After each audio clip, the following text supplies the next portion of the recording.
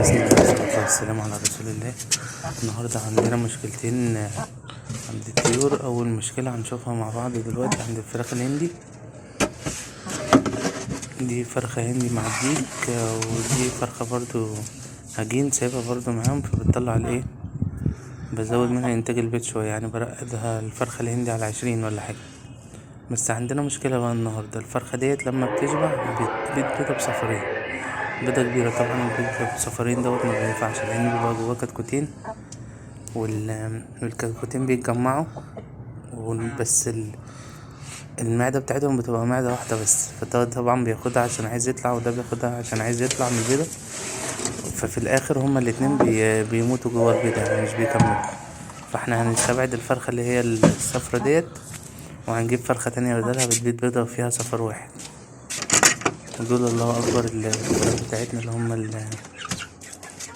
الديك البراهمة مع الفراخ الهندي دول، وفيهم فرختين، فيهم فرخة بلدي بس. دول بحبسهم من الليل لليل في العشة اللي رقد فيها الوز والفرخة الهندي. طبعا هما مبهدلين الدنيا، بطلعهم بقى طول النهار كده برا بياكلوا وبيشربوا. ودول الوزتين اللهم بارك لسه مفحصناش البيض بتاعهم، عايزين نفحصه بقى برضه مع بعض نشوف الدنيا فيها ايه. دي الوزة التانية، هما مش بيرضوا يطلعوا، احنا بنطلعهم ياكلوا ويشربوا. طبعا اهم حاجة مهمة عن الاكل والشرب اللي هما يعملوا حمام، عشان خاطر ما يعملوش حمام على البيض والبيض يبوظ. وعندنا برضو مشكلة تانية برضو في الفيديو، بس دي هنشوفها في اخر الفيديو ان شاء الله. مشكلة الفرخة الهندي، مش عارف هي عندها مشكلة برضو هي اللي بتعملها ولا هي غصب عنها. طبعا نطلعهم كده ياكلوا ويشربوا. الفراخ بتاعتنا برضو نفتح عليها نشوفها، الفراخ والبط. عندنا البط لسه مبطش ولا حاجة. ده اللي هو الدكر بتاعنا العتيق اللي فوق ده، وفرخين دكر تاني برضو اللي هما اخواته اتنين برضو هنا. بسم الله ما شاء الله، الدكر ده كويس جدا في التخطيط. عايز الحق اعمل منه دكر تاني، عشان هو خلاص يعني هو ايه، بيبتدي اللي هو يكبر خلاص. الفراخ الهندي، التلات فراخ الهندي الديوك بتوعنا مع الفراخ دي برضو كانت طالعة عندنا رقد في البيت تحت البطة اللي هي جنبهم دي على طول. كنت حطيت لها بيض فراخ عشان البيض بتاعها كانوا هما الاتنين بيبيضوا مع بعض بطتين، فضميت البيض كله تحت واحدة، وقلت استفاد بالتاني ببيض فراخ يعني. والحمد لله يعني ربنا كرمنا.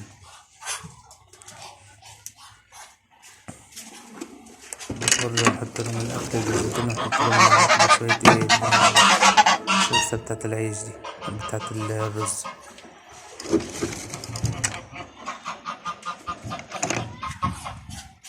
هنقفل عليهم نشوف دول بقى ايه الدنيا معاهم، ونبص برضه على عند الحمام بتاعنا الهزاز. وفي مفاجأة حلوة أوي، اللي هو كان عندي قص، اللي هو القص الكبير ده بيطلع حلو، اللي هو الأب والأم الهزاز دول. وفي اللي هي بنتهم اللي هي الهزاز البيضة مع الدكر الإنجليزي.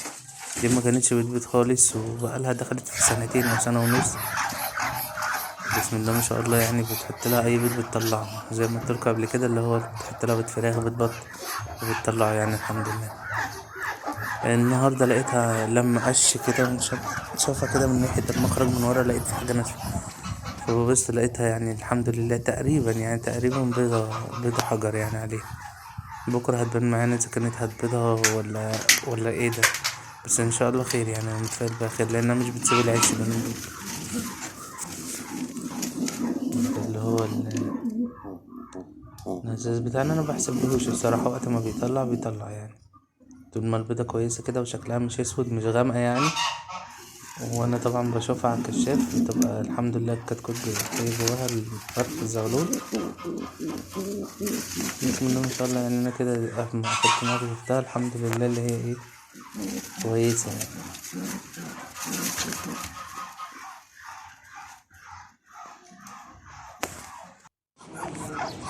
دول بقى شوية البط بتوعنا الحلوين، بتاعتكم مع الفرخة الهندي. الفرخة الهندي والديك الهندي مع البط مشكلة كبيرة اوي، معرفش ليه هم يعني على طول بيضربوا بعض.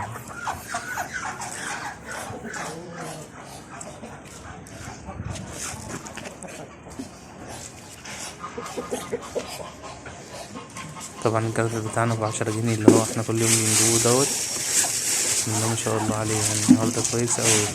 رز وخلطة كده من مجموعة رز، يعني كلها رز نضيف يعني حلو. ودينا أكلنا الكتير بتاعتنا كلها ب10 جنيه. يعني أنا جايب الفراخ البيضة جايبهم الكيلو العلف ب25 جنيه. يعني ده أحلى من العلف طبعا، بس مش هنأكل الفراخ البيضة اللي هو الأكل من البيت يعني، أو الأكل اللي احنا بنشتريه من بره بتاع المطاعم ده. أنا بتكلم مثلا إن احنا دلوقتي عندنا شوية بط وشوية فراخ والقطط كمان، كل ده بياكل كل ده ب10 جنيه. ربنا يكرم ان شاء الله خير يعني. عندنا طيور. الفرخة الهندي بقى عندها مشكلة كبيرة اوي، اللي هي انا كنت حاطط تحتها 27 بيض، لقيتهم 25 كسرت بيضتين. قلت مش مشكلة، كسرتهم بقى ولا هي اللي بتكسرهم؟ يعني هي اللي بتضربهم بالمنقار تكسرهم، ولا هي عشان بتحرك البيض تحتها فبيكسروا؟ معرفش. ثبتت يومين ولا حاجة او 3 على 25 بيضة. النهاردة بفتح عليها بحط لها تاكل، لقيت تحتها بيض، البيض بردان تحتها متلج وفي قشر بيض. قلت اما اشوف القشر البيض ده ايه نظامه، لقيتها مكسرة 3 بيضات تاني كده، بقى تحتها 22. فدي حاجة تعلمني برضو، هي مش طمع ولا حاجة، بس هي الفرخة الهندي انا حبيت احط تحتها كمية اللي هي بتحضن كمية بيض حلوة يعني، وبتحضر لي بيض البط برضو كويس اوي. فان شاء الله بعد كده مش هنزودها عن ال20. فطبعا انا دلوقتي كان عندي الفرخة الهندي اللي هي في الوش دي بتبيض، هحبسها مع الديك لوحدها. انا محوش لها 13 بيض ما بينها، يعني ما بين اكلها، ما بين البيض بتاعها وما بين البيض اللي هو الفراخ العادية اللي عندي، اللي هي الهجين العادية. مش هجين هندي، لا هي هجين اللي هي حجمها كبير يعني.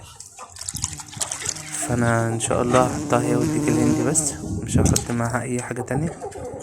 وان شاء الله هتبيض لنا 5 ولا حاجة على ال13 اللي عندنا. هيبقوا 18 بيضة ولا حاجة، وممكن نكملهم 20 خلاص. بالمناسبة هسيب تحت الفرخة الهندي ان شاء الله اما ترقد البيضة اللي هي بصفرين دي، ونشوف هتعمل معانا ايه، لان انا كذا مرة يعني اجربها ما بتطلعش، لان هي في الاخر بيبقى فيها كتكوتين. وطبعا كتكوت بينقر من ناحية وكتكوت بينقر من ناحية، المنقار بيبقى غير المنقار اللي هنا غير المنقار اللي هنا. فهنشوف نجرب المرة دي كمان، طلعت ما طلعتش. بس بسم الله ما شاء الله حجم بيضة كويس قوي، يعني حجمها كبير. دي لو فيها صفار واحد هتبقى طلع لنا كتكوت حلو قوي، يعني كتكوت ممكن يعدي 50 جرام ولا حاجة. بس هي فيها بقى كتكوتين، يعني هي فيها صفارين. هتقولي عرفت ازاي ممكن يكون حجمها كبير وفيها صفار واحد؟ لا انا شفتها على الكشاف، لقيتهم الاتنين الصفارين جنب بعض، بيبقى فرق بينهم، يعني عاملة من جوه كده شبه القلب. فلما بنشوفها على الكشاف بتبقى كأنها باينة اللي هي فيها صفارين، يعني هي باينة اللي هي فيها صفارين. وان شاء الله بيض الوز برضو نفروا مع بعض، وبيض الفرخة الهندي دي. بس انا النهاردة ما اتفائلتش ببيض الفرخة الهندي، عشان خاطر لقيته بردان اوي. النهاردة اليوم السادس بتاعه، يعني المفروض يكون ايه، عقد معايا. اديني هتابعها كل يوم. انا غلطتي ان انا مبصيتش عليها امبارح ولا اول امبارح، انا بحط لها الاكل بس، بقول ما بلاش اقلقها يعني. بس كده هقلقها كل يوم واشوف ايه الدنيا معاها، لان طبعا البيض لو كسر تحتها مش هينفع. خاصة إن النهاردة لقيت جزء من البيض، يعني بتاع حوالي 7 8 بيضات، اللي هي طبعا البيض متكسر عليهم وعندهم مش دافيين خالص، بردانين. ادينا حطيتهم، هنشوفها تاني مع بعض بكرة ان شاء الله في فيديو جديد، ونشوف ايه الدنيا هتمشي معانا على ايه ان شاء الله، وربنا يبارك يعني. طبعا الكتاكيت كلها غالية والحاجة غالية، فاحنا بنحاول على قد ما نقدر ان احنا نعمل اي حاجة اختفاء يعني في البيت. وزي ما انتوا شايفين يعني الحمد لله ما بشتريش اي طيور من بره. يعني حتى البط اللي عندي دوت كان كان حد عزيز عليا يعطيني ذكر انتايه، لان انا قلت له انا عايز اربي بط وانا مش عارف اجيب بط بتاع بيرد. والله اعطاني الذكر والنتايه وطلعت لي 4. بسم الله ما شاء الله، يعني أنا رجعت له تاني الدكر، لان النتاية هو انا كنت هرجع له النتاية كمان، بس للاسف وقع عليها الخشبة وماتت يعني.